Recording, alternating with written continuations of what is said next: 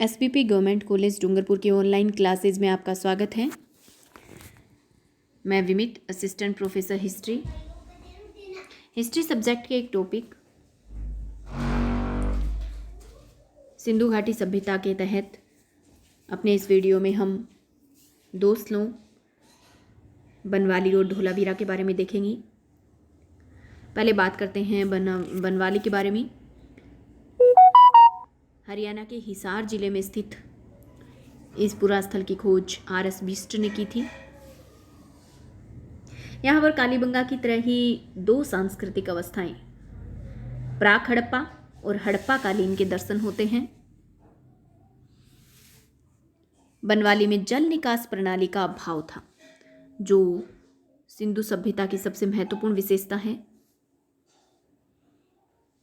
बनवाली से प्राप्त भौतिक अवशेष काफी समृद्ध हैं। यहाँ से सिंधुकालीन मिट्टी के उत्कृष्ट बर्तन, सैलखड़ी की अनेक मोहरें, सिंधु सभ्यता कालीन विशिष्ट लिपि से युक्त मिट्टी की पक्की मोहरें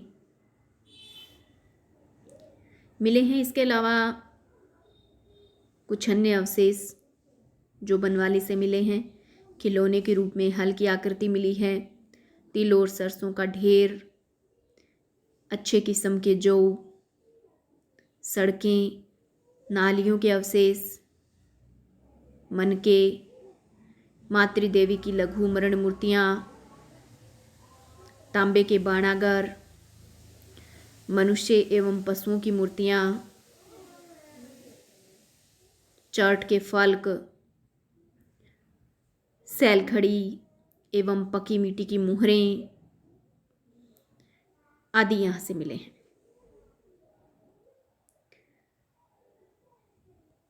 अब हम बात करते हैं धोलावीरा की। धोलावीरा गुजरात के कच्छ जिले के भचाऊ तालुक में स्थित धोलावीरा आज एक साधारण गांव है। इसकी खोज आर.एस. बिष्ट ने की थी।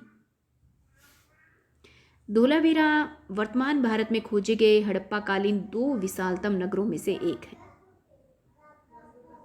इस श्रेणी में दूसरा विशालतम नगर हरियाणा का राखीगढ़ी है।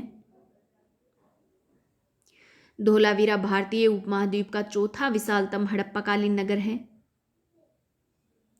इस आकार के तीन अन्य नगर मोहनजोदड़ो, हड़प्पा एवं बहावलपुर में गनेड़ीवाल हैं। अब ये तीनों नगर पाकिस्तान में हैं। इस नगर की विशालता का पता इसके व्यापक दुर्गबंदी या सुरक्षा व्यवस्था से युक्त प्रभावशाली नगर योजना,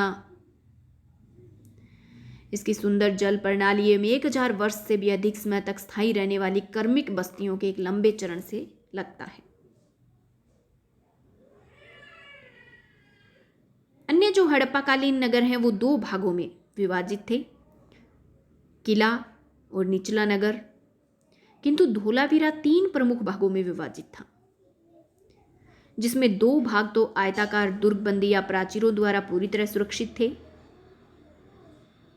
ऐसी नगर योजना हड़प्पा के अन्य नगरों में नहीं देखने को मिलती। आर.एस. बिष्ट ने धोलावीरा की जनसंख्या लगभग 20,000 बताई। किसी भी सिंधु सभ्यताकालीन नगर में कहीं भी परकोटेदार और परकोटे रहित भागों को जोड़ते हुए एक समान परिधीय क्षेत्र की व्यवस्था देखने को नहीं मिलती है। केवल धोलावीरा में ही ऐसा देखने को मिलता है। धोलावीरा के मध्य में स्थित प्राचीर युक्त क्षेत्र, जिसे मध्यमा नाम दिया गया है, ऐसा लगता है कि यह शासक वर्ग के संबंधियों या प्रशासकीय अधिकारियों के आवास के लिए काम में लिया जाता होगा। मध्यनगर या मध्यमा केवल धोलावीरा में ही पाया गया है। तो इस तरह से हम कह सकते हैं कि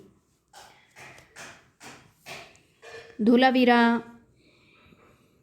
के नगरों के 3 भागों में विभाजित होना,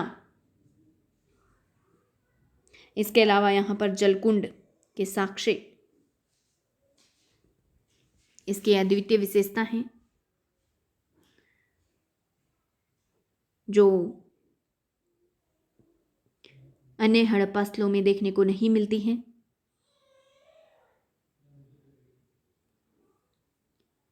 धन्यवाद।